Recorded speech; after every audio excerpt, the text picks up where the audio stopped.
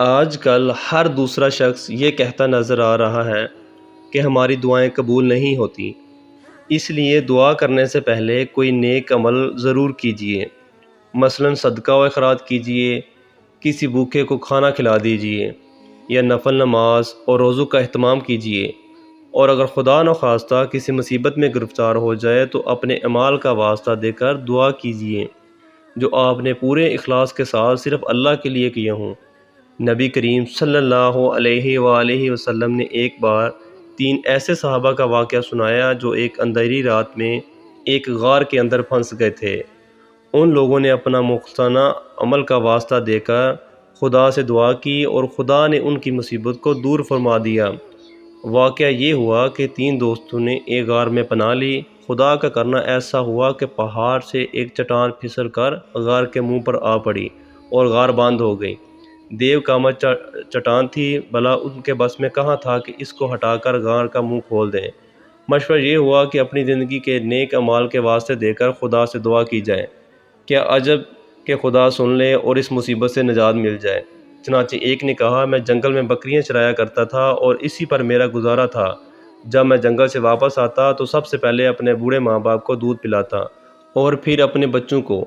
ایک دن میں گھر دیر سے آیا تو ماں باپ سو چکے تھے، بچے جاگ رہے تھے اور بھوکے تھے، لیکن میں نے یہ گوارا نہ کیا کہ ماں باپ سے پہلے بچوں کو پلاؤں، اور یہ بھی گوارا نہ کیا کہ والدین کو اٹھا کر انہیں تکلیف پہنچاؤں۔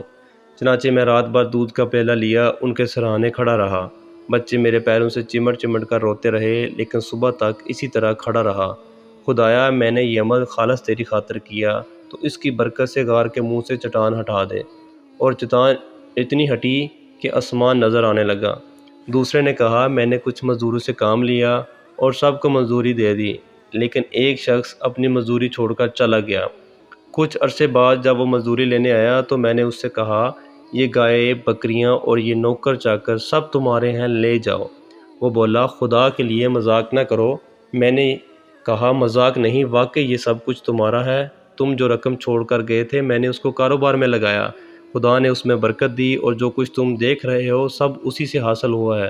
یہ تم اطمینان کے ساتھ لے جاؤ، سب کچھ تمہارا ہے۔ وہ شخص سب کچھ لے کر چلا گیا۔ خدایا، میں نے یہ کام محض تیری رضا کے لیے کیا، تو اس کی برکت سے غار کے منہ سے چٹان دور فرما دے۔ خدا کے کرم سے چٹان اور ہٹ گئی۔ تیسرے نے کہا، میری ایک چچا زاد بہن تھی جس سے مجھ کو غیر معمولی محبت ہو گئی تھی۔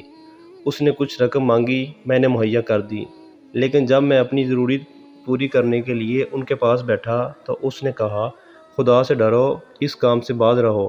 میں وہاں سے پورا اٹھ گیا اور میں نے وہ رقم بھی اس کو بخش دی۔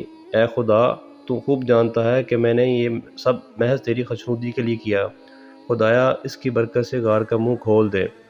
خدا نے غار کے منہ سے چٹان ہٹا دی اور تینوں کو خدا نے اس مصیبت سے نجات دی۔ قارئین کرام، یہ واقعات اس وجہ سے آپ کو بتائے گئے ہیں کہ آپ بھی اپنے کسی نیک کام کا واسطہ دے کر دعا کیا کریں، مگر نیک کام بھی صرف اللہ کی رضا کے لیے کیا کریں۔ دکھاوے کے کام اللہ بھی خوب جانتا ہے اور سمجھتا ہے۔ ہماری زندگی میں دکھاوے اور نمائش کا عمل کس قدر بڑھ گیا ہے، یہ بات ہم جانتے ہیں، مگر پھر بھی دکھاوے سے باز نہیں آتے۔ اللہ ہم سب پر رحم کرے اور نیک کام کرنے کی توفیق عطا فرمائے۔ آمین ثم آمین۔